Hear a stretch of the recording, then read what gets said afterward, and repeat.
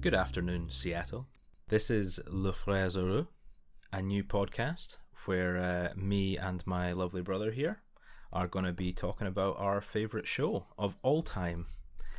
We thought we would be able to give a bit of a unique perspective as two brothers, talking about a show prominently featuring two brothers. Yeah. My name is Fraser. I'm Ewan. And yeah, we're gonna go back through all 11 seasons of Frasier, one DVD at a time. It's going to take a while. It's gonna take a while, and I'm looking forward to it. Yeah. Always looking for a reason to to go back and rewatch it. Any excuse to watch it from the beginning. Yeah.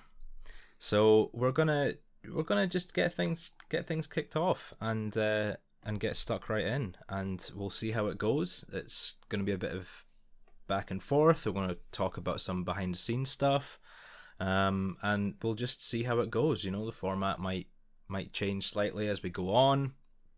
It might stop altogether if we hate each other by the end of episode 1. Could happen. Could happen. But yeah, you know, I think both of us were brought up quite early watching Frasier. Pretty much, it's responsible for a good half of my personality. Yeah. Our parents watched it probably when it came out, to be honest. Oh yeah, must have done. I don't know whether they watched Cheers or not, but it was on around the house, and it was on early in the morning before school some days, and on the weekends and stuff. And then obviously we gradually collected all the DVDs and rewatched it countless times before finally understanding a good number of the jokes.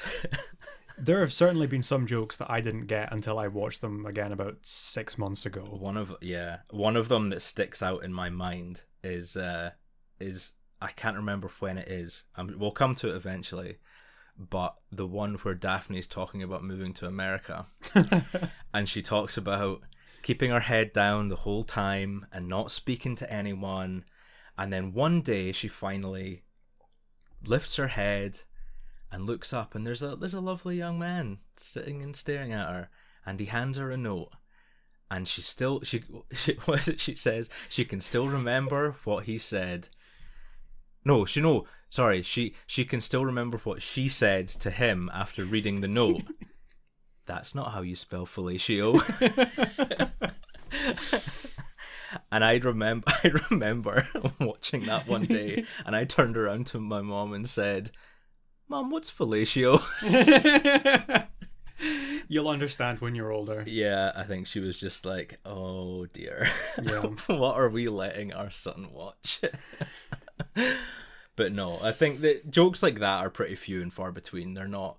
No, there's not many. It's not a crass show. It's very highbrow. Yeah, but by a lot of standards. There is a few like that where it's quite funny, and obviously jokes that I don't think we quite understood as kids.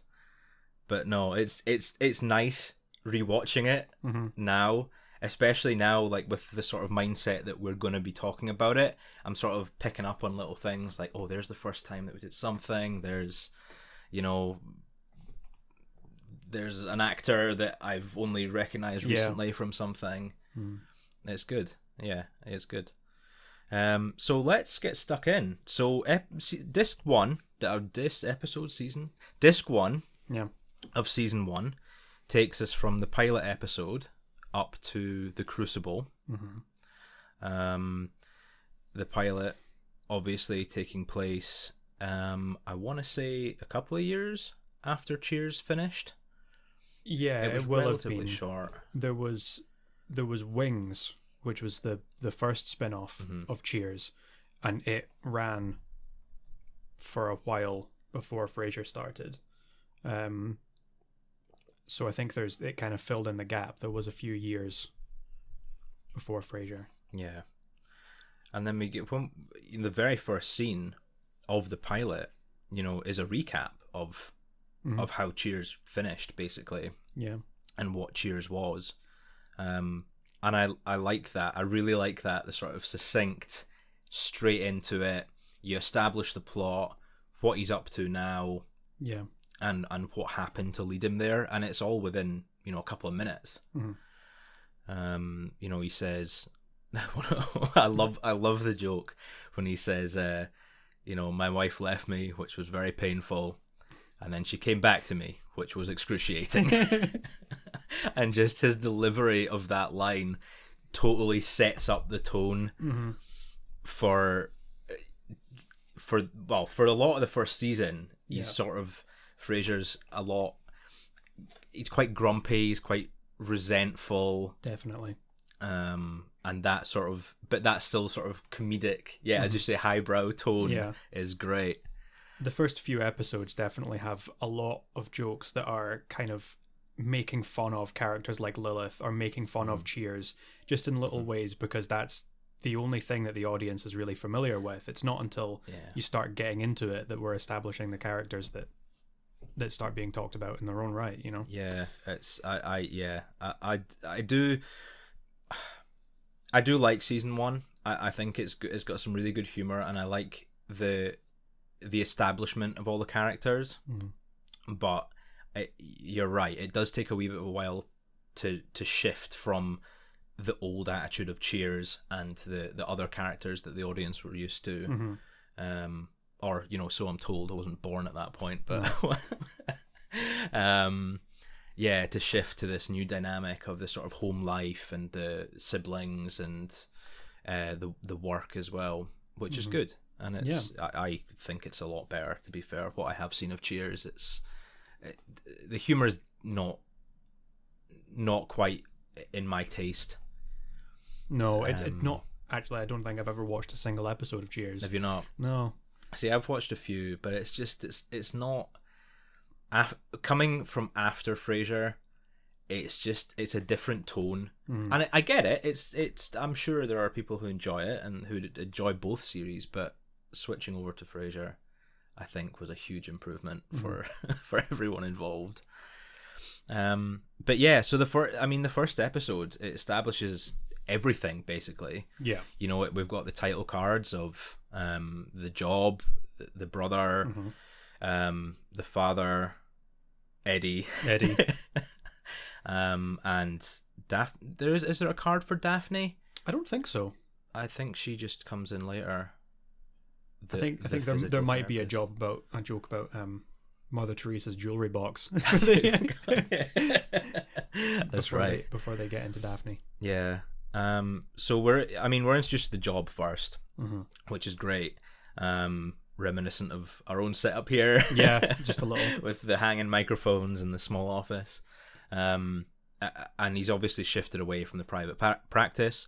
And I think they lean quite heavily on the humor of it and the sort of silliness of him being a doctor and a professional psychiatrist doing a call-in radio show.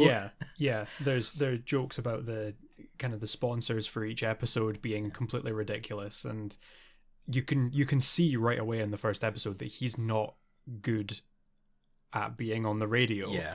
There's jokes about how he scrambles the call letters, and we had however many seconds of dead air, and it's this isn't what he does. He's supposed to be a professional doctor, and he's kind of out of his depth. And it runs throughout the whole series.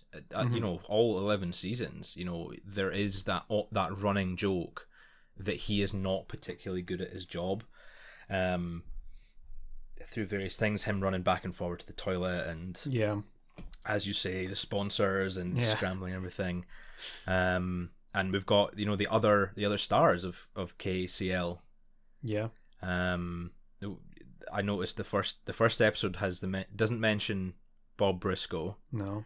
Bulldog. Don't really have any mention. Well, you do get mention of Chopper Dave. Chopper Dave comes up, who's only in a couple of episodes. Yeah, he's not in it much. Season 1. I think maybe just season 1, actually. No, I think he's in season 2 as well. But yeah, he's only in a couple of episodes. But just the whole the Chopper Dave, contrast against Dr. Fraser Crane. I know, it's a bit funny, ridiculous. But it sets that up nicely. And then obviously we're introduced to Roz as well, who I would say plays quite a small part in the first season. Yeah, at least. earlier on, she's kind of just the co-worker. It's not until, I mean, I think around, there's an episode at the end of season 2, I think it's the last episode of season 2, where it's Martin's birthday, and Roz gets invited kind of by proxy through Frasier, and that's the first time that we really see them all socializing together. Roz becomes kind of part of the family almost. Before that, for the first couple of seasons, she's just the co-worker. She's just there. Yeah, she's just there. But she, I love Roz. I think Roz is a fantastic character. Such a great character. And her contrast, the way that she gets on with her work, and she's very professional about her work, contrasts to Frasier's just kind of, almost elitist attitude towards the radio show. He's a psychiatrist, he's too good for it. But even just their personal lives as well. She's very open and fun and outgoing, and Frasier's quite reserved and high class, and there probably is I don't want to jump too far ahead, but there's quite a lot of that throughout the whole series. But it's as I say, it's established here, as is a lot of other things. And then we move on, obviously, to Niles. The big part. There we have the siblings, and the introduction of Niles is the favorite. I don't know about you. Absolutely. He has the best lines in the whole show. He does. You can see how much they loved putting him in, which is so funny that he wasn't even originally. Well, when they first came up with the concept, they didn't even consider giving Frasier a brother. Yeah. They only included him after seeing David Hyde Pierce, and they said, well, he looks a lot like Kelsey Grammer. We'll need to write him apart as a brother. And then he went on to do so well. It was such a well-written role and so well acted. David Hyde Pierce, I believe, still holds the record for most best supporting actor Emmys in comedies. I knew he for the first, it was 5 or 6 seasons? It was every season. Every season. He won every season, all 11 years. That doesn't surprise me, which is, to be honest, such a fantastic run. Yeah, he's just unbelievable in the role. I love him so much, and I love the character, and I love the growth of the character as well. Definitely. And he we're going by establishment and stuff, and he is established as sort of the sarcastic, jealous younger brother. Resents Frasier for the you're smiling at that. I am. I find it funny. It's it shouldn't be relatable, but it is a little. And he sort of resents Frasier for doing so well in what he considers a pretty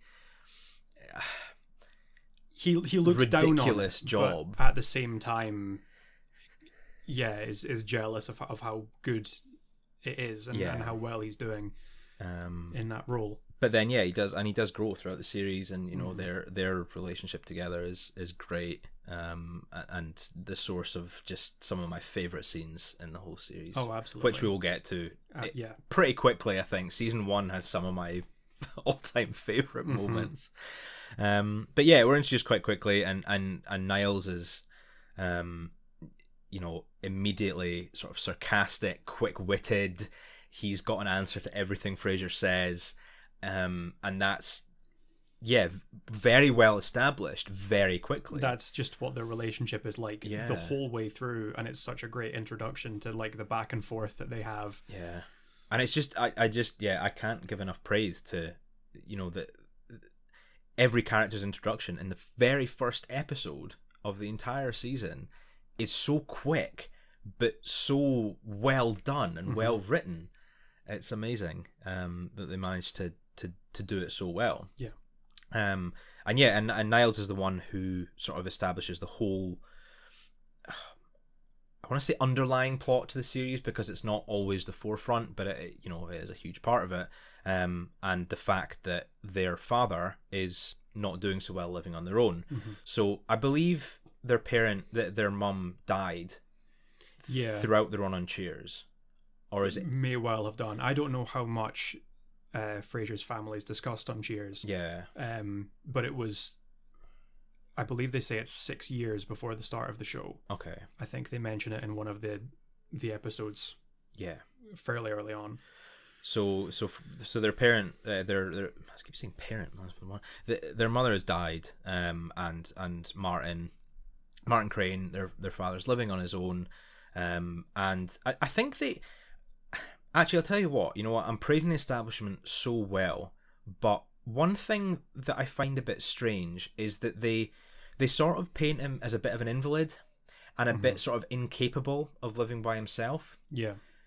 But that's not brought up a lot throughout the rest of the series. You know, the whole reason that Niles raises it is because he's fallen down in the shower. He's been shot, which I know we Again, are was years before. Yeah. And he's got a gammy leg and a bad hip, and he fell down in the shower, couldn't get up. One of his police buddies and friends came over and helped him up, and they're worried that he can't live by himself anymore. So Fraser graciously offers to take him in.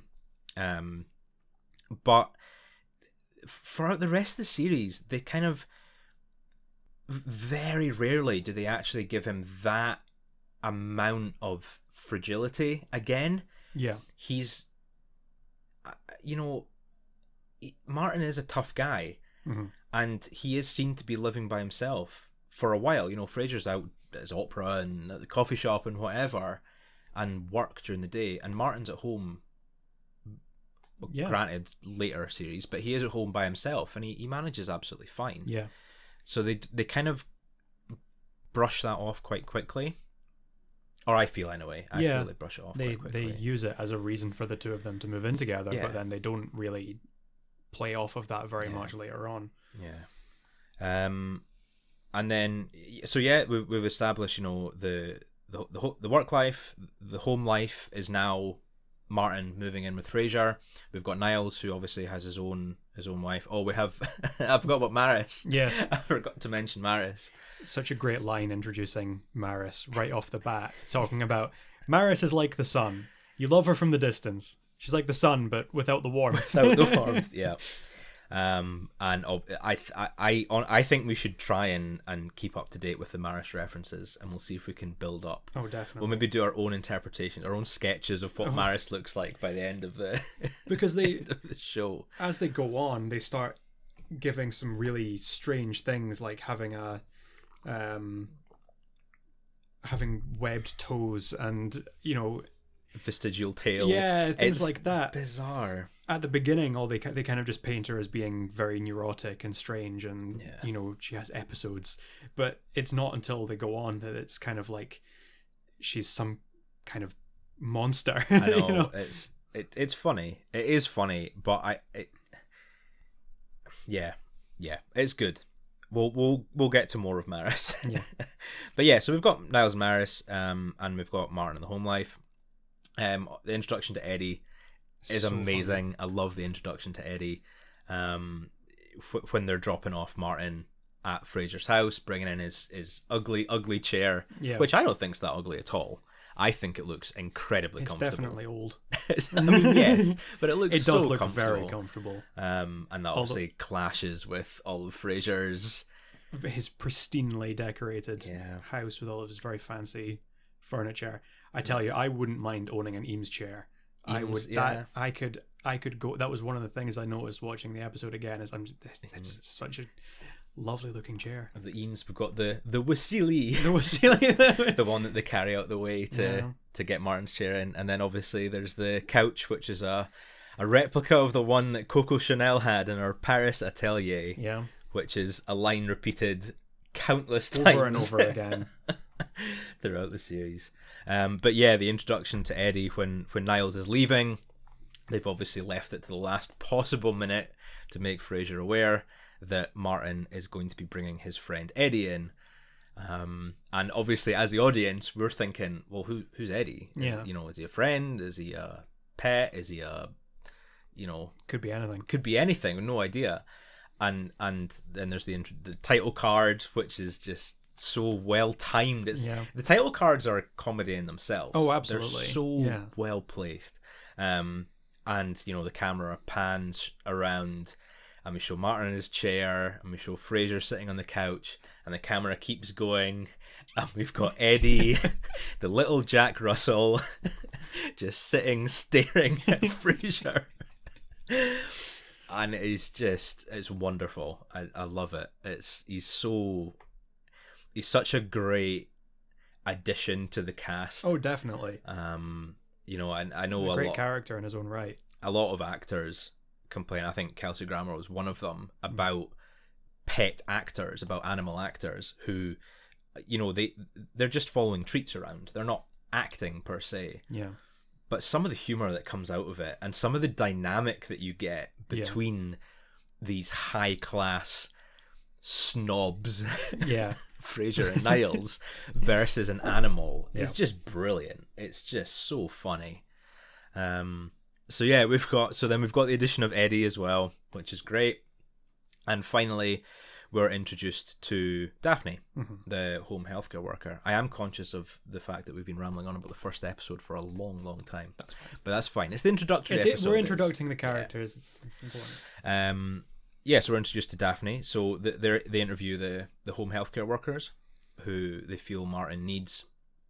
Who I think Niles actually mentions, doesn't he? Yeah. Fraser and Niles are having a little complaining session at the coffee shop, Cafe and Ravosa, and Niles suggests that they get a live-in, or no, he suggests they get a healthcare worker. Yeah. Which is the source of another joke that he wants to hire someone, but he wants his space. So they're interviewing, and they're kicking some fantastic healthcare worker out, and Fraser turns around and screams. It's like, what was wrong with that one? So they've obviously been through a few. And they again sort of adds to the dynamic between Fraser and Martin, that they're very different people, that they're totally different attitudes to life and to how they want to be treated and things like that. Because Fraser would never have gone with someone like Daphne, whereas Daphne is, of course, someone that fits so well with Martin. And the way that he approaches his life, just a lot more relaxed and looking for someone that's not quite as uptight. She's the only one who can handle him, basically. And I think Martin himself admits that a couple of times. He says, that she's, I like her, and she's the only one who knows how to handle me properly. But that's a bit later on, so never mind. We're introduced to Daphne. She comes along, and there's a bit of a misunderstanding. She does the interview. Martin likes her, and he kind of goes above Fraser's head and says, you've got the job. But she assumes it's a live-in position, which obviously Fraser didn't want. He's already added one person to his new home, his new life, and he doesn't want to add a complete stranger to it. But eventually they do concede and introduce Daphne into the Crane residence. And that's more. Well, no, there's one final bit to the episode, which is nice. I like the last bit of the episode where we have Fraser's starting to complain because he's giving up on the idea of having Martin there because he feels like his life's being infringed upon, and we really see how Roz is just as smart as Fraser, but in a very different way, because she immediately looks at the problem and sees and explains it so hilariously with the Loopy Velez story. Just because things aren't working out exactly as he thought doesn't mean that they aren't going to work out just as well anyway, which is a great idea. And then that it's exact same advice Fraser then echoes minutes later to one of his callers. Actually a great guest caller. It's Linda Hamilton. It is Linda Hamilton. It's Linda Hamilton. It is. Who's the first guest caller? Well, no, there's one earlier on. There's one right at the beginning. Okay. actually interesting thing about the guest callers in the first episodes. So Linda Hamilton is at the end, but there's also Griffin Dunn right at the beginning, who was in An American Werewolf in London. Okay. But the two of them, very interestingly, I don't know if you know what the connection is between the two of them. No. They both appear again later on in person in Frasier, playing different characters. I know Linda Hamilton does. Linda Hamilton is at the end of season 4. Yeah. Griffin Dunn plays Bob, the barbecue obsessed wheelchair bound photographer in I The didn't Friend. know that. So the both of them being in the first episode as callers, Well, there you then go. appear in proper guest parts later on. There you as go. well. But yeah, we see through that call how this advice that Roz gives to Frasier can then be applied yet again to someone else. Yeah. And we do have the nice moment where Martin calls into the show, explaining how much he really does appreciate being there, and we see that the two of them, as much as they have a very strained relationship and they have difficulty expressing things to one another because they're so different, they do love each other. They do love very each other. much, and Frasier really does want him there to make sure he's okay, and Martin really does appreciate being taken care of. Yeah. It's nice, yeah. It's a nice moment as well, and it's one that is echoed later on, but that's very getting way ahead of myself there. Yeah. But it's nice, yeah. It's a nice ending to the episode, and it sort of shows that okay, things are going to get better. And despite the sort of grouchiness of Fraser and Niles and the sort of friction between them in the first season, most of the first season, most of the first few seasons, it does gradually go on, and that is echoed in that very first conversation, via Roz with her story, and then through the call, which is nice. It's nice. So that is our summary of the first episode. We're going to try and half an hour. Half an hour. We're going to try and trim it to about 5 minutes per episode. But we've gone. But that's good because it's introductions, and it's going over the establishment of all the different characters. The pilot. I love the pilot. I think the pilot's fantastic. Yeah. I think it's a really, really strong. It is a great pilot introductory episode. I think it does a great job and a very succinct job. Yeah. In each of the characters' introductions, they all get their time, maybe with the slight exception of Roz, but she is well established as a character. I think she has more character growth later on. Definitely. So I think we're going to try and give each episode our rating out of 5 cups of coffee. Yeah. I'd give the pilot a 4. I agree with you there. I think it's a very strong opener for such a great show. I think I'd love it, and it's just it is one of my favorite episodes as well of the season. I think it's got great rewatchability, even as a pilot, even though there is a lot of plot and establishment stuff. It's a good episode. It's funny. It's got a lot of jokes and dynamic jokes between the characters, which is great. A fantastic joke that we get more of as it goes on, but when Martin first moves into the apartment right before he finds out about Eddie, and there's obviously a lot of friction between Frasier and Martin, and Niles is leaving, and as he's leaving he says, "I need to go or I'm going to be late for my dysfunctional family seminar." And there are so many hilarious jokes like that, with Niles excusing himself because he has to go and do all these psychiatry things, that they're so well written. They're these great little one-liners, and of course David Hyde Pierce just delivers them so well every time. A hilarious actor every time. So that's I'm glad we agree on that, because I think the pilot is definitely up there. It's not top tier. It's not the absolute best of the season. Yeah, but it's very good. It's very strong. We need to save the elusive 5th cup for some of the later episodes. There's one in mind that I know is getting 5 cups right off the bat. I'm thinking of a couple as well. Let them go. So we move on to the next episode on our first DVD, which is Space Quest. Yeah. Space Quest sort of follows on quite nicely from the first episode, in its sort of further establishing Fraser's new life, what he wants out of his new life, and what he's not getting. Yeah. That being space and, you know, his freedom to live his new life the way that he envisioned it. Yeah. And so the plot of the next episode, brief summary, is that Fraser, you know, wakes up I don't know if it's the following day, but anyway, close to the pilot, you know, the next couple of days afterwards, wakes up, realizes he's got too many people in his house. You know, you've got Martin, you've got Daphne, you've got Eddie, now living in his new flat. He goes to have breakfast and they've already prepared breakfast. He goes to drink coffee. They've already prepared his coffee. He goes to read his newspaper. They've already read it. Yeah. He's irked by all of these little things. He's lost his perfect little routine that he had built up. And he carries on and he wants to read this new book that he's been looking forward to. So he goes to KCL, goes to the radio office and does his job. We get another great guest caller at that point. Yeah, Christopher Reeves.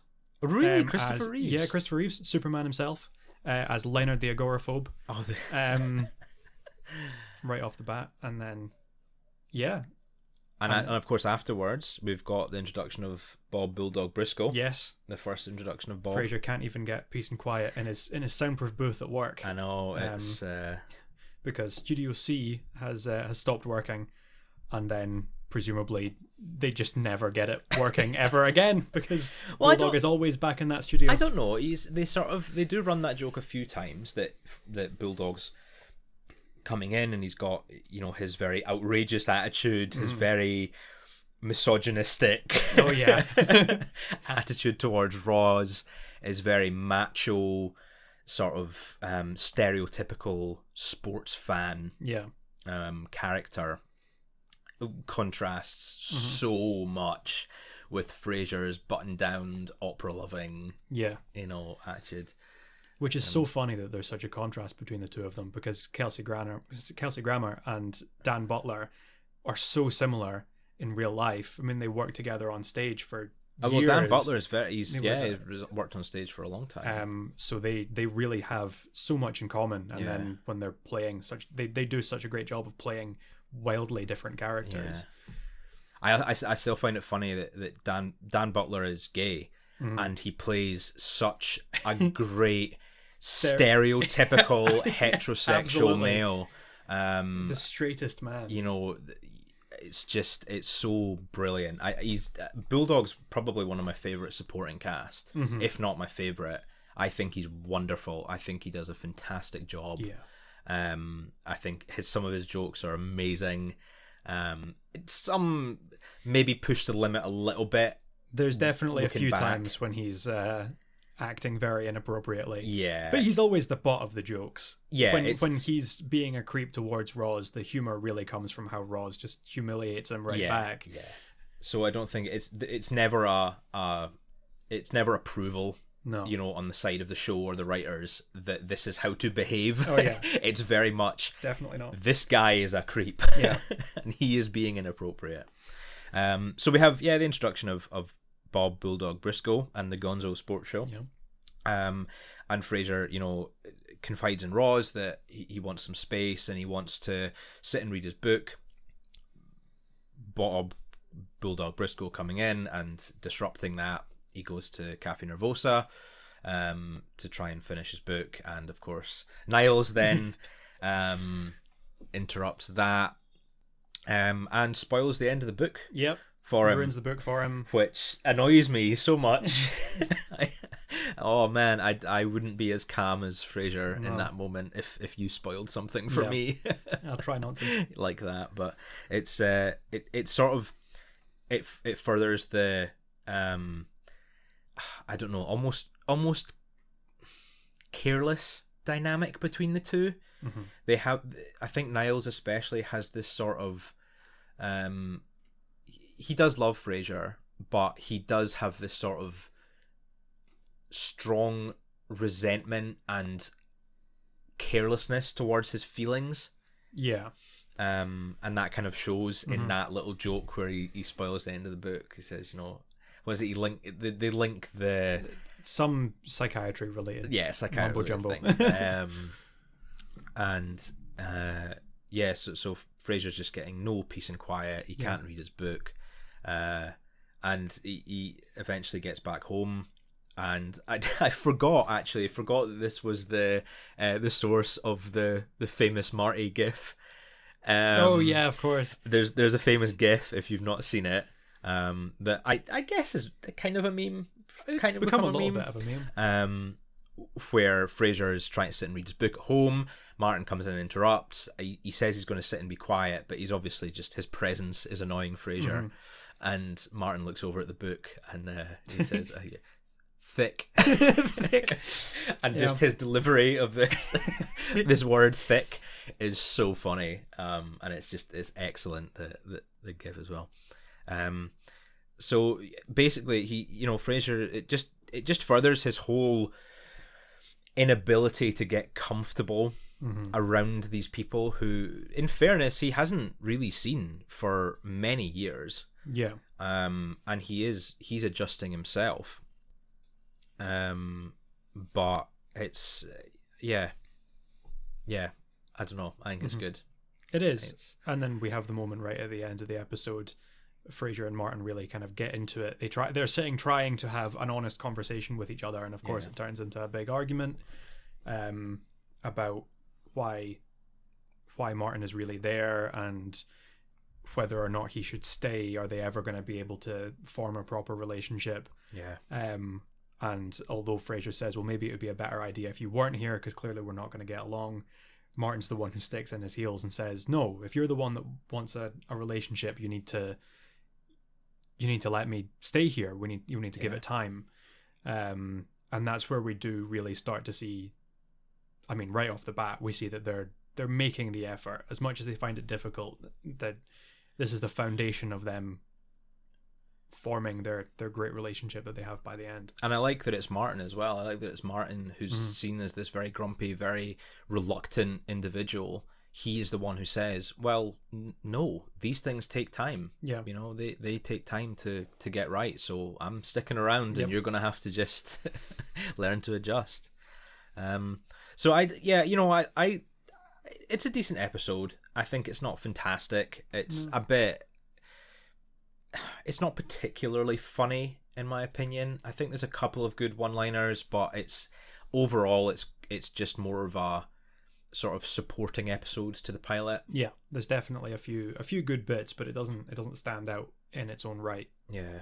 So I think for me, I'd probably say maybe 2 out of 5 cups of coffee. I'd give it a 3. I think it's a nice kind of down the middle. Okay. There's nothing exceptional about it, but at the same time, I don't feel like there's any part of it that's particularly flawed. Yeah. There are certainly some episodes that have much more glaring issues or just aren't as enjoyable to watch. That's fair. No, that's fair. See, for me, the next episode does a slightly better job at sort of taking a good stride in the direction that the show should be going. In the sort of where the backstory, the underlying plot of Martin and Fraser and his new life is sort of, it takes a backstage to the main part of the plot, which, and of course the next episode is Dinner at 8. Basic plot summary is that they Fraser and Niles want to take Martin out for a meal. They want to get a bit more culture into his life. Yeah, they want to show him the good life, the high life, and they want to go to Le Cigare Volant. Incredibly pretentious French restaurant that gets referenced over and over again. Yeah, we do see it once. I'm sure there's at least one episode where we do get to see the inside. Possibly, yeah. I can't remember. Actually, maybe that's a different restaurant. They go to so many pretentious. They do go to so many pretentious restaurants. But so they want to go and take him to Le Cigare Volant, and Martin sort of reluctantly agrees, but he does agree, go out for dinner and stuff. And there's not a whole lot to the episode. No, it's a very straightforward premise, really. Yeah. There's not too much back and forth. They make plans to go to this fancy restaurant.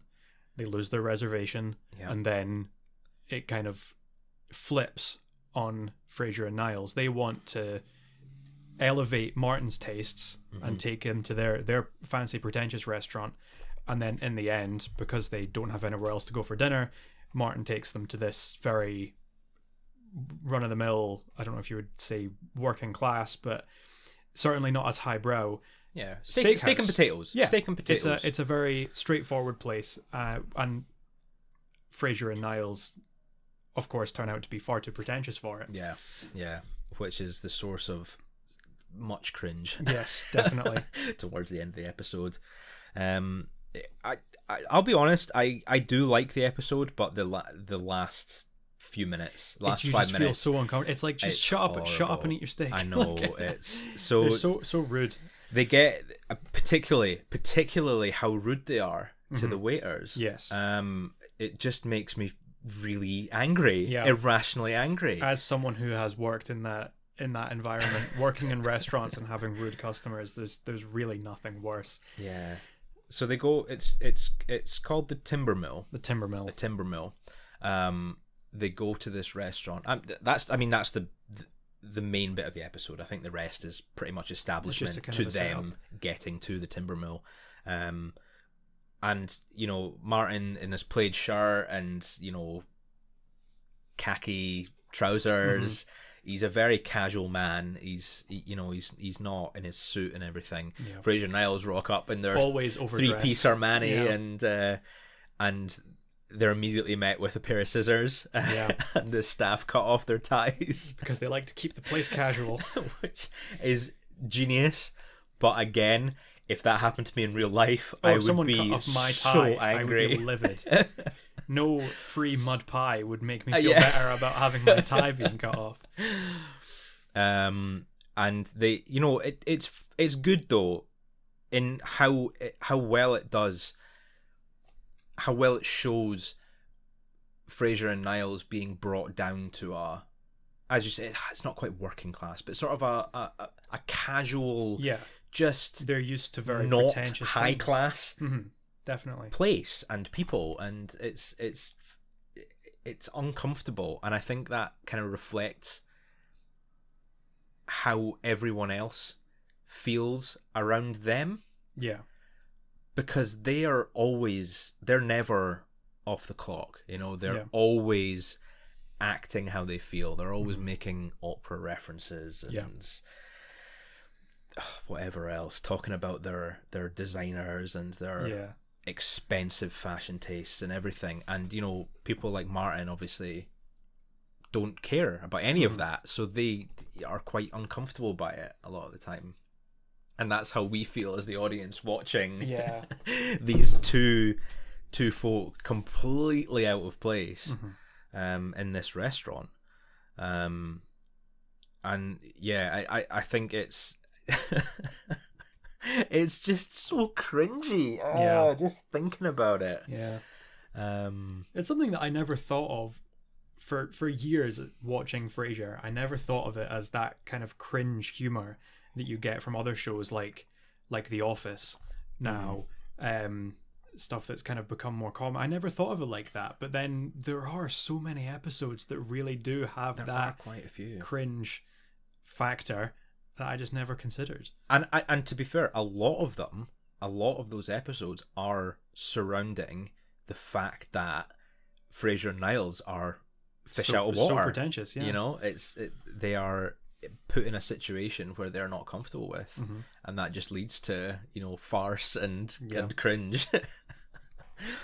And I gotta say, it one of my favorite lines. Niles has one of my favorite lines in this episode, and I think you know the one. I think I know the one you're talking about. When they're sitting down and Martin's trying to make conversation, and Fraser and Niles are trying to keep up that conversation, and it's obviously struggling a little bit, and it goes quiet, and Niles says, one of my patients had a rather amusing Freudian slip recently. He meant to say pass the salt, but instead he said, "You've ruined my life, you blood-sucking shrew."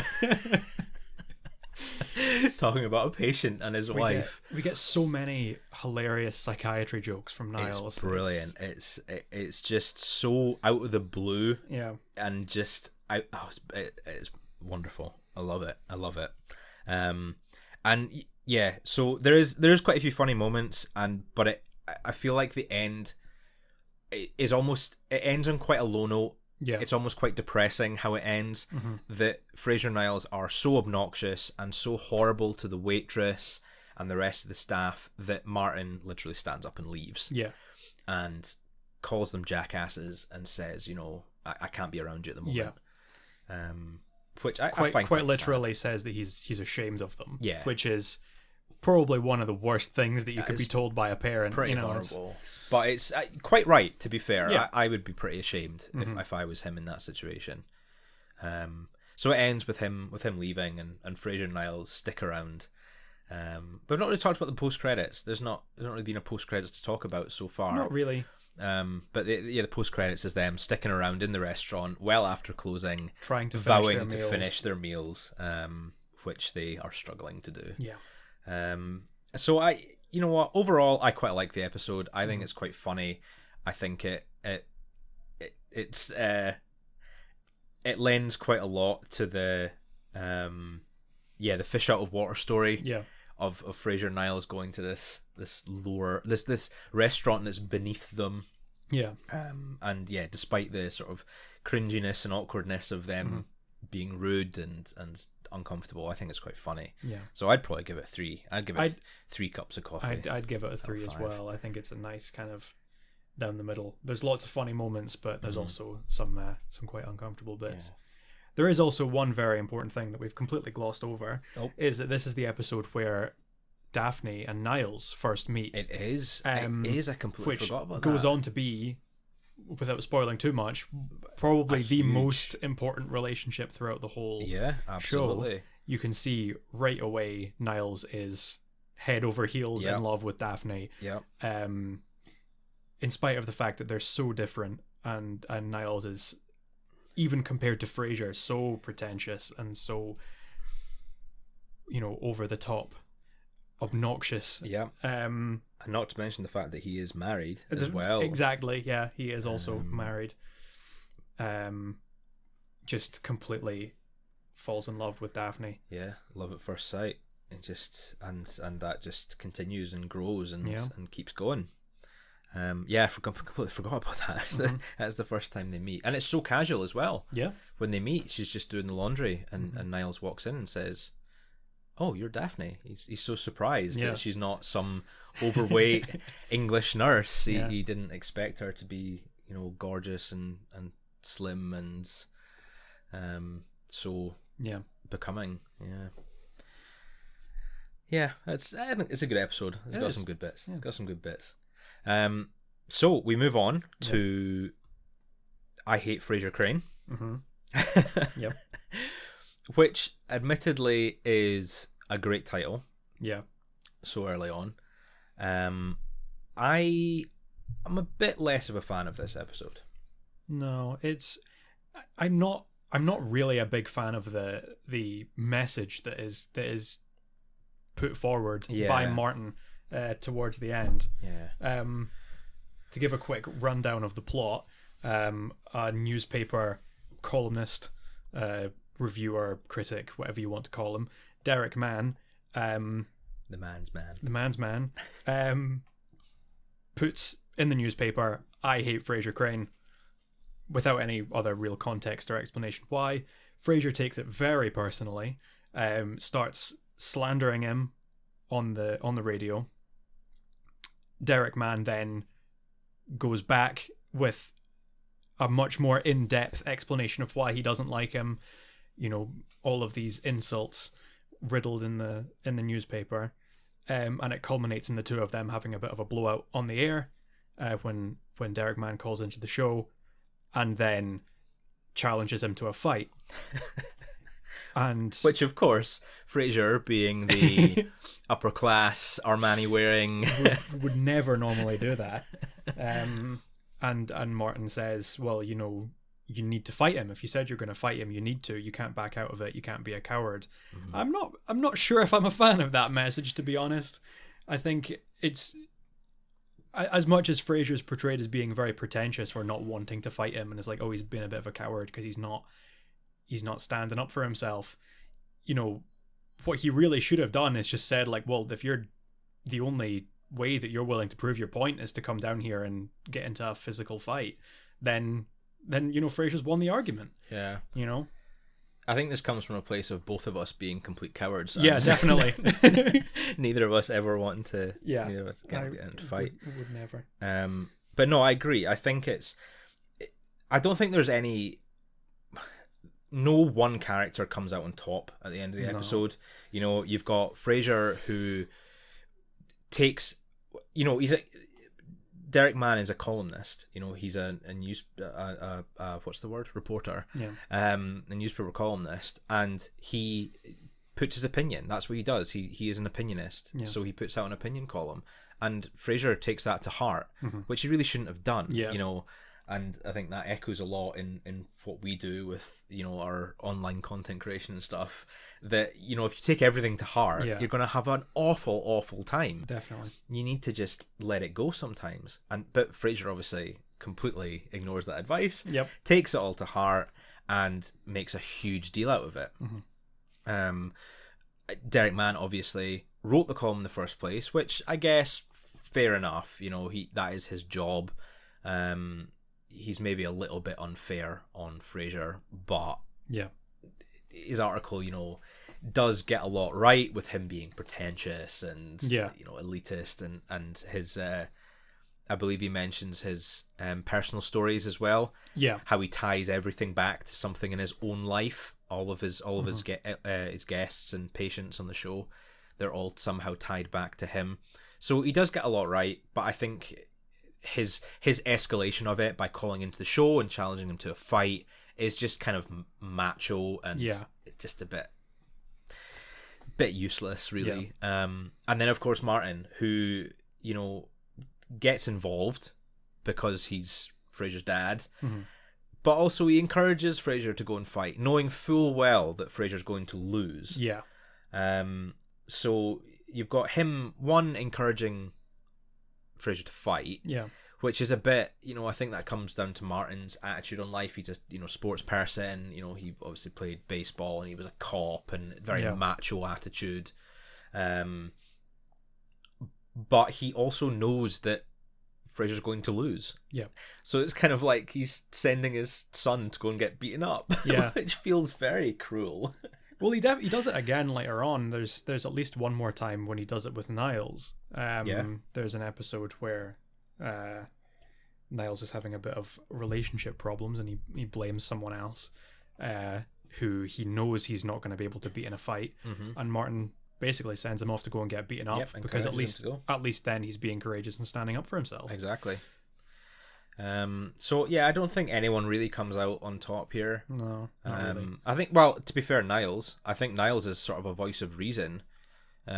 He sort of tells Fraser, does he not? He does tell Fraser, I think so. Don't bother, kind of thing. Just let it go. And that is sort of the attitude, and that should be the takeaway, and not stand up for yourself kind of thing. Like, I don't know. I think it's important to stand up for yourself, but I think it's also important to pick your battles. Yeah, know when you're already on top. Don't sink down to the level of someone that's bullying, and that's the very important message that we're gonna dish out. Yeah.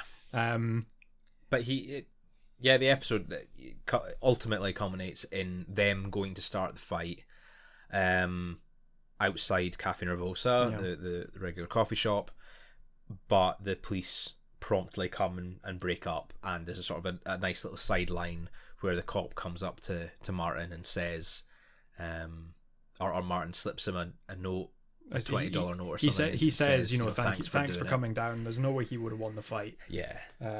So basically, Martin has orchestrated, the giving him police an to out get involved. while still allowing him to stand up for himself, which is kind of nice, but it defeats the purpose of his whole earlier message, saying go and do it, go and fight. Yeah, unless that was his plan all along. Maybe we're being too harsh on Martin. Maybe.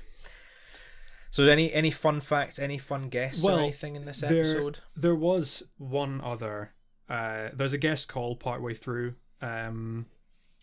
Lorraine, who's a woman with attention span issues, she keeps taking other calls while she's on the air.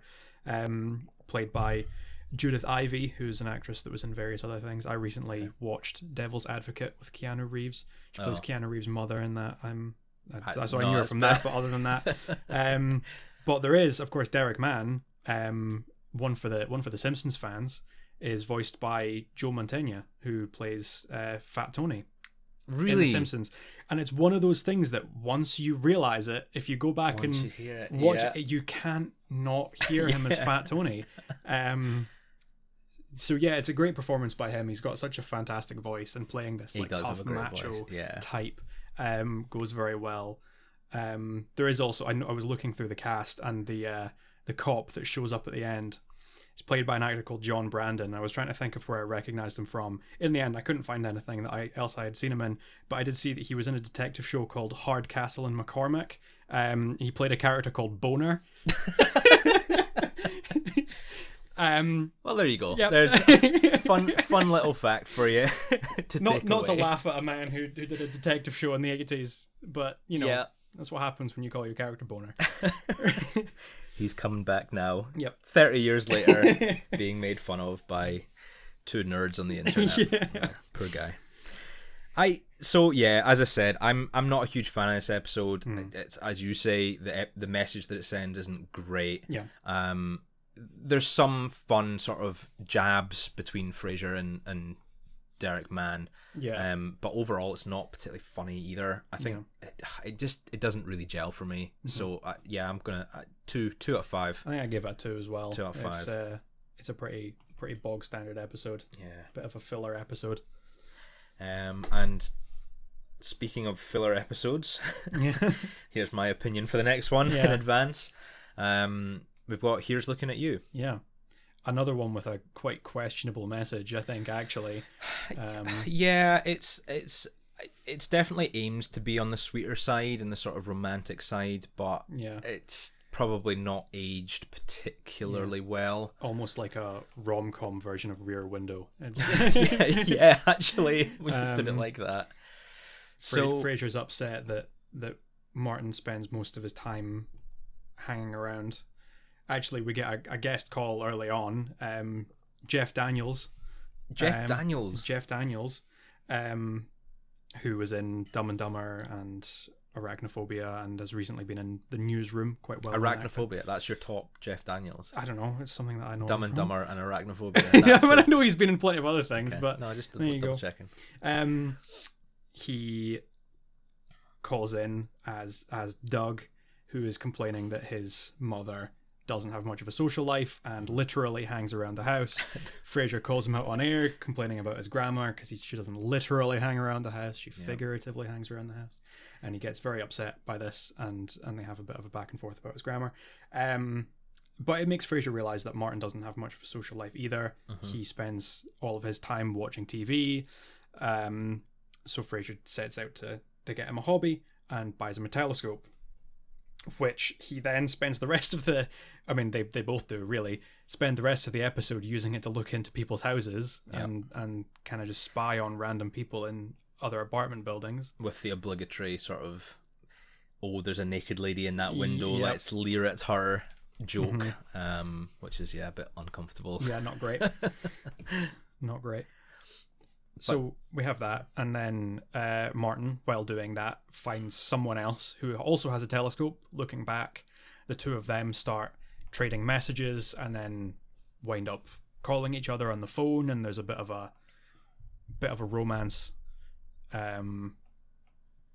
learn that Martin's a bit uncomfortable because, we don't really know if it's because his wife had only died a few years prior, or if it was because He was uncomfortable because he has a cane now, because he has his hip injury. But in the end, they meet and they go out on a date, and it goes nowhere. She's never seen nor heard from again. So one thing I've wondered, and I can never remember, and I always mean to look it up, and I never do. There is an episode later on in season 1 called Guess Who's Coming to Breakfast? And there's a lady in that one. Yeah. That's not the same woman from this one, is it? I don't think so. Because she's kind of established. There's a woman.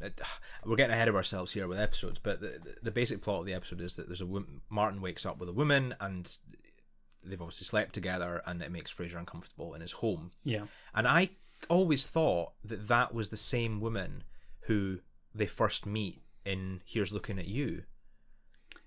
But I don't know if it is. I can't remember their name. No. It's Irene is the name of the character that's introduced in Her name's Here's Irene. Looking at You. Her name's Irene. That's something to get to we'll when we get keep to that in one. Mind when we move on. Yeah. It's, a couple of episodes time. Yeah, it's not long away. Yeah, it's I just don't. So as you say, if that isn't the same woman, then this kind of just doesn't really go anywhere. Yeah. There's not really any point to it, more than to establish that Martin's a little bit uncomfortable dating new women. Thanks to Daphne, we find out that it is because of his cane, rather than because of Hester, his now dead wife. He's just doesn't, which I kind of get and makes sense in character. Yeah, that Martin is. He's a man's man, he's a steak and potatoes kind of guy. That's the second time steak and potatoes have come up today. Yeah. And he's he is uncomfortable being being injured and not being his best. Yeah. Which is sort of sad, really. Yeah. When you think about it. Yeah. He's willing to give up on a date because of that.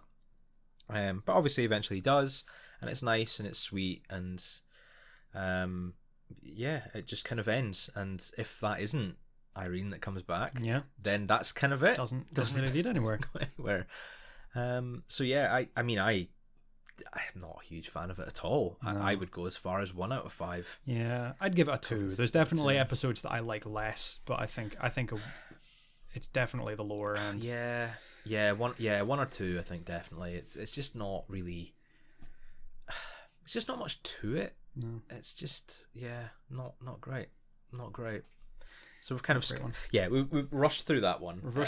We've absolutely destroyed the timeline that we set for ourselves. Yeah, it's fine. we need to take time to set up the first couple of episodes because it's got so much important stuff in it. Yeah. But we're on to our final episode of the first DVD, and that is The Crucible. Yeah.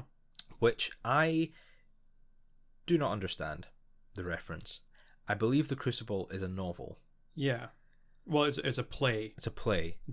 Does that have any relation to the episode title?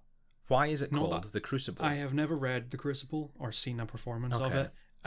It's about witches and like the Salem witch trials. Okay. Isn't it? I have no idea because I just don't know. No. I just have no idea. I can't think of what the connection's supposed to be. No clue why it's called The Crucible, and I've always wondered that, and I should have looked it up beforehand. Yeah, maybe. I mean, I should have done because I never really considered it.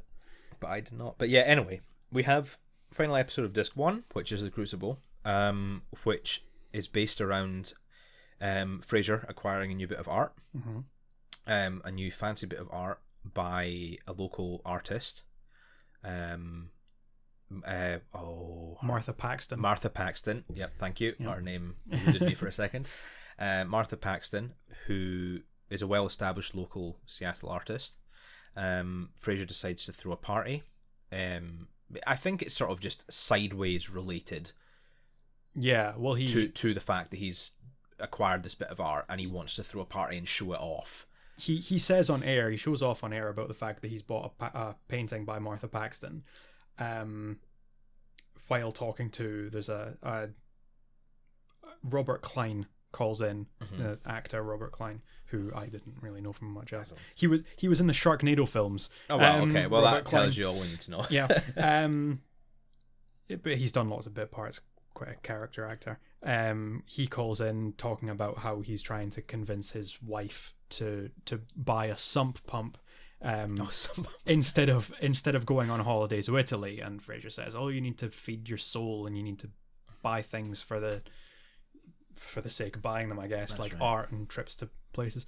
And then brags, as he does with his little personal stories. Of course, he does. Yeah. Brags about having bought a Paxton. Martha Paxton then calls into the show, and he makes up this cocktail party. You're absolutely right. Yeah, he wasn't having the party until she calls. Until she called, yeah.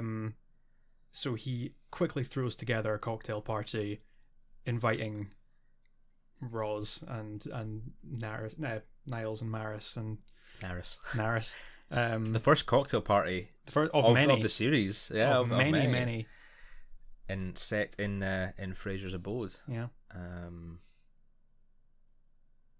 then, of course, the guest of honor, Martha Paxton, shows up, reveals that the painting is not legitimate. Yep. It wasn't actually painted by her, and he has been the victim of fraud. And of course, is very upset about that, and embarrassed. You know, he's in front of all. Of course, he's humiliated. His high class friends who have all come to bask in the the expensive artwork and the pretentiousness. And Fraser's so totally worried that Martin is going to be the one that embarrasses him at the party. Yep. And there's a great joke when he's Martin's in the middle of a conversation with one of Fraser's very pretentious guests, and he's showing her old crime scene photos, and Fraser comes over and complains, "So how could you show that to this woman? She's whoever she is." And Martin says, like, "Oh, well, you know, she brought it up." Like, how did she bring it up? She said, "Don't you think these Swedish meatballs are the messiest things you've ever seen?" And I said, "No, as a matter of fact, they aren't."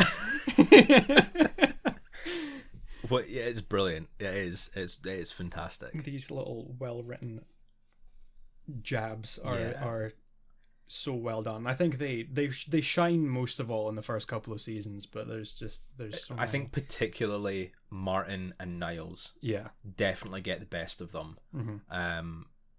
And that goes for the rest of the series as well, like throughout. But I think they're what makes the series so good, certainly, as a whole. I think these little clever back and forth remarks are just what tops it off as a comedy series for me. So funny. Sorry, but so Fraser is humiliated, and he goes to the gallery to try and get his money back, which he's unsuccessful. There's a very strange gallery owner. Yes, I think he's weird. Great. Philip Hayson is the gallery owner, played by John Rubinstein, who's like he's one of those actors that you see him in other things and you always recognize his face. He's quite distinctive as a kind of character actor. He's been in things like The Chilling Adventures of Sabrina and This Is Us, and he played a villain on Angel, I think, kind of a series long, whatever. I didn't actually know this until seeing him on IMDb. He is the son of Arthur Rubinstein, the pianist, very well known concert pianist. Clearly not that well known. I've never heard of him. There you go. Okay, very very well known concert pianist Arthur Rubinstein. Okay.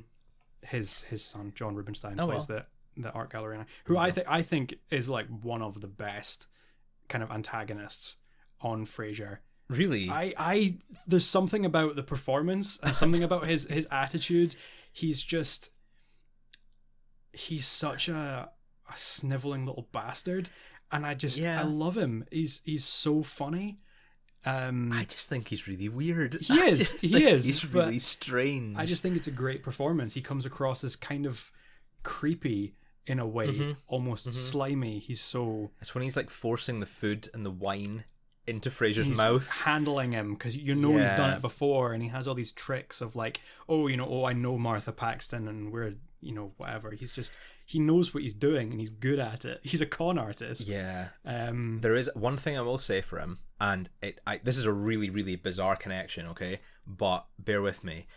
There's one point where he laughs, and the face that he makes and the mannerisms that he uses while he laughs remind me so much of the Riddler from 1960s Batman. I can see that. I can definitely see that. It's just this weird connection that I've had in my head every time I watch that episode. It just like that. It's just the Riddler to me. When the way that he behaves, and he's that right level of manic. He's like, it's almost like he's missed his calling as a comic book villain. So it's just I find him just really creepy and weird. He is. But Fraser doesn't get his money back, and he complains to Martin, and Martin has this there's this little back and forward where Martin tells him, or no, Fraser says to phone the police, or decides to phone the police, and he asks Martin, who should I ask for? And Martin, without even looking up from his dinner or coffee or whatever, says, you should ask for the fine arts forgery department. So Fraser does, and then there's this pause and silence, and then he turns to Martin and he says, Dad, they're laughing at me. It's like you can see Martin just cracking up and laughing to himself because he's just teasing him. So he obviously doesn't get anywhere, so he decides to take his own revenge and go and throw a brick through the window of the gallery. And Niles shows up last minute to stop him, which leads to this sort of discussion of morality, and actually kind of comes back to the whole don't stoop to their level kind of thing. You know, Niles very much considers himself above other people, which is well established. Fraser does too. And Niles basically convinces him they're not worth it. You know, let it go. It's just leave them. You're better than them. It's a very similar kind of thing that you get in I Hate Frasier Crane. Where they even both compare it to like their time in high school. You know, Frasier talks about getting picked on by bully Crucible, and then in this episode, Niles talks about how he was humiliated. You know, some bullies stole his clothes while he was in the shower, and he was so embarrassed, and he wanted to get revenge, and Frasier talked him out of it. And it's that it kind of hits the same notes, but I think the Crucible does it a lot better. I agree. I agree, definitely. And of course they have this back and forth and talk about their childhood and getting bullied, and Frasier unveils some information that Niles was not privy to previously, that he had been called various nicknames behind his back, one of those being Peach Fuzz, which is brilliant. Just a cutesy little nickname. Niles take this to heart, takes the brick from Frasier and decides to throw the brick through the window himself in revenge to those high school bullies. And again, David Hyde Pierce acting in this scene, just his whole mannerisms, the aggression throwing the brick, but his like swivel on his heel, he's so proud of saying, himself. Nobody calls me Peach Fuzz, is just so perfect. He just embodies that role. It's beautiful. Definitely. It's beautiful. And then they both drive off into the night to escape the police, and the episode ends. I think it's wonderful. The ending to the episode is great. Again, there's that little bit of awkwardness and almost cringiness of Frasier trying to get his refund and sort out being taken advantage of. But overall, I think it's very good. It's very good. It's very well paced. It's got, as you say, quite a good few one-liner jabs and sort of jokes. So I'd go up to 3 for that. I think 3 out of 5 cups of coffee. I think it's maybe just because I love the character of Philip Hayson so much, and I honestly couldn't tell you. Maybe it's because he's like a comic book villain. Maybe. I just think he's so funny and so well acted. I would go so far as to give it a 4. Really? I like the kind of morality element of it. It's something that I will think of this episode if I feel like I'm frustrated because something has been unfair and there's no way for me to fix it. That episode pops into my head. It's the first thing I think about when I feel frustrated in that way. And maybe it's because of that association that it kind of has a bit of a soft spot. Has a kind of special place in my heart. But it's I would give it a 4. Okay. I think that's fair. Especially the reasoning behind it. I think that's fair. I think it doesn't, as you've said for the previous episodes, there are worse episodes later on. For me, there are better episodes later on. Yeah, definitely. So I think 3 out of 5 and 4 out of 5. That's not bad. But overall, I think it's a pretty strong opening 6 episodes. Yeah. It does well. Again, in the first 2 or 3, does well to establish the new characters, the new setting, the underlying plots. Yeah. With Martin and Fraser, with Niles and Daphne, with the Job and Roz, it does well to establish those very early on. Yeah. And very strongly. And then we've got a couple of the sort of, you'd say, one-off episodes, I guess. Yeah. Which again none of them are awful. Yeah. Some better than others. So yeah, overall, I think it's a solid disc and a solid 6 episodes. It's a good start. And it is a good start. Yeah. I guess if we're going to talk one highlight and one low light from the disc, what do you think? This can be, don't think whole episodes. You can think moments within episodes as well if you want. I really love at the end of the first episode the Lupe Velez story that Roz tells, and the kind of the message behind it. I find it so funny. Yet again, like with the Crucible, it's one of those things that I will always associate with maybe something doesn't work out how you think it will, but it works out fine later on. I will always think, just like Lupe Velez. Last scene with her head in the toilet. So that's probably the highlight of these 6 episodes for me. What about a low light? Is there a particular moment that stands out, or a particular episode?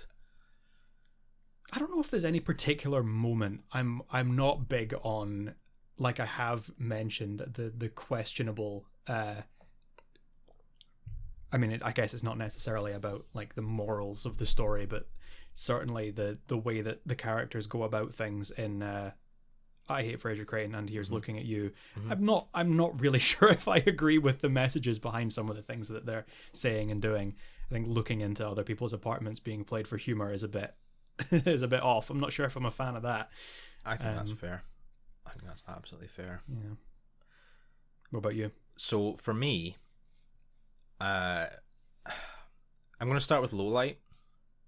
And I'm so purely because of the cringiness and the awkwardness, I want to highlight the scene in the timber mill. Oh yeah, I do love it. Yeah, and I think it's funny, and I think it's very well done. But purely out of how uncomfortable it makes me, and how the secondhand awkwardness of their behavior, it has to be a low light for me.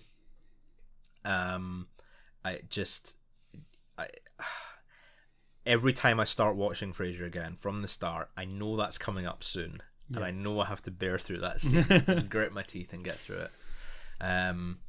So it's not strictly a low light. I don't hate it, but I think it needs to be highlighted as a not a great, not a fun moment to watch. The highlight, I'm gonna go a bit off piste here, and go for the opening to Space Quest. The opening 5 seconds where Fraser does a yawn. And the noise that he makes when he yawns is so funny. I don't know why, but I love it. And it just has I just have this, I don't know, memory in my head of rewatching these discs as a teenager and rewatching it as series 1 so many times, and that is one noise It just stands out. that stands out that I will never forget, and I love it. It's just so funny. Yeah. It's not meant to be funny. It's not a joke Just something in about itself, the way he does it. but just the way he makes that noise. I love it. I think it's great. Well, that's us. Yeah, there you go. That's the first disc episodes. down. We will hopefully be back for more. Yeah. I'm very keen to watch some more Frasier. Definitely. It's been interesting rewatching it with a more critical eye. Mm-hmm. Up until now, it's just been for sheer enjoyment. Yeah. But now watching it with a sort of underlying attitude of, oh, what can we talk about? What bits do I like? What bits do I not like? It's interesting. It's given a sort of different dynamic and keeping things fresh. You're obviously going to keep us up to date with the guest actors and keep track of the guest actors and all the little things. Scenes. Actually, strange behind the scenes thing from the Crucible. Mm-hmm. There seems to be a lot of going around online. I mean, on IMDb, there's a credit for Enzo, the dog, as Eddie. This is credited as the first time that he appears as Eddie, but it's not, because he wasn't born for another 3 years. For some reason on IMDb, they've got a credit for Enzo. Born until later. No, he wasn't, because he was specifically bred as a replacement for Eddie. Oh, really? They bred dogs because they were like, well, if we're going for 10 or so years, then we're not going to be able to, unfortunately, keep Moose around the whole time. Because of course, Moose being the original Eddie, the original animal actor for Eddie. There you go. So it was years. For some reason, people have him. Well, there you go. IMDb, sort your shit out. Yeah. We have corrected your mistakes. Spreading misinformation on IMDb about Frasier, and I don't appreciate it. Yeah. Well, there you go. So thank you very much for listening and for having us ramble on about our favourite show of all time. I don't really know how to sign off, to be honest. No. Have a great day and good mental health. Good mental health. That'll be how we sign it off from now on. I think we'll need to establish an intro and an outro. Yeah. Thanks for listening.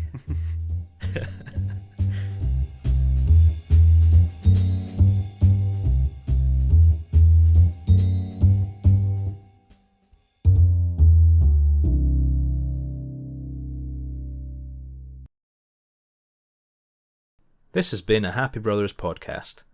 Make sure to follow us on Twitter and Instagram @HappyBrosPod.